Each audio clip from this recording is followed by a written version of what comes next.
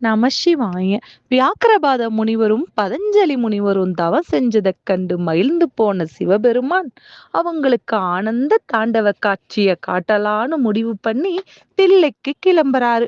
உடனே அங்கிருந்த தேவர்களும் பூதகணங்களும், சுவாமி, நாங்களும் உங்க நடனக் காட்சிய காணணும், நாங்களும் உங்க கூட தில்லைக்கு வரோம்னு சொல்ல, சரி வாங்கன்னு அங்கிருந்து 78,000 முனிவர்களையும் கூப்பிட்டுக்கிட்டு நேரா தில்லை வர்றாரு.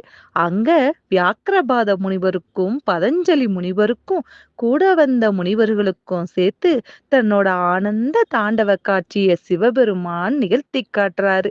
அது முதல்ல பதஞ்சலி முனிவரும் வியாக்கிரபாத முனிவரும் தங்களோட நடன காட்சி இல்லாம இனி வேறெந்த காட்சியும் காண மாட்டோம்னு முடிவு பண்றாங்க. அந்த கூட வந்த 78,000 பேர்ல 3,000 பேர் மட்டும் தீட்சை பெற்ற தீட்சிதர்கள். நடனக் காட்சி முடிந்து எல்லாரும் மீண்டும் கைலைக்கு போலான்னு கிளம்பிக்கிட்டு இருக்கப்ப சிவபெருமான் அந்த 3,000 தீட்சிதர்களை மட்டும், இனி நீங்க இங்கேயே இருந்து நடராஜரை வழிபாடு செய்யறதா உங்களோட வேலை, அதனால இனி நீங்க இங்கேயே இருங்கன்னு சொல்ல, அவங்களும் சரின்னு சம்மதிச்சு தில்லையிலேயே தங்கிடுறாங்க. தீட்சிதர்களுக்கு நிறைய கொள்கைகள் இருக்கு. அவங்க திருமணம் முடிந்தா மட்டும்தான் நடராஜரை தொட்டு அவங்களுக்கு அபிஷேகம் பண்ற உரிமை அவங்களுக்கு வழங்கப்படுது. அதே மாதிரி அந்த குலத்தில் பிறந்த பெண்கள் இந்த தில்லையை விட்டு வேற எங்கேயும் கல்யாணம் பண்ணி கொடுக்க மாட்டாங்க. தில்லை பெண் எல்லை தாண்ட மாட்டாள் அப்படின்னு சொல்லுவாங்க. அது இப்ப வர நடைமுறையில இருக்கு. அப்பேற்பட்ட தீட்சிதர்கள் தான் அந்த நடராஜர் கோவில் முழுமையும் பார்த்துக்கிட்டாங்க. ஒரு முறை பிரம்மா இந்த உலக நன்மைக்காக ஒரு வேள்வி செய்யணும்னு முடிவு பண்றாரு.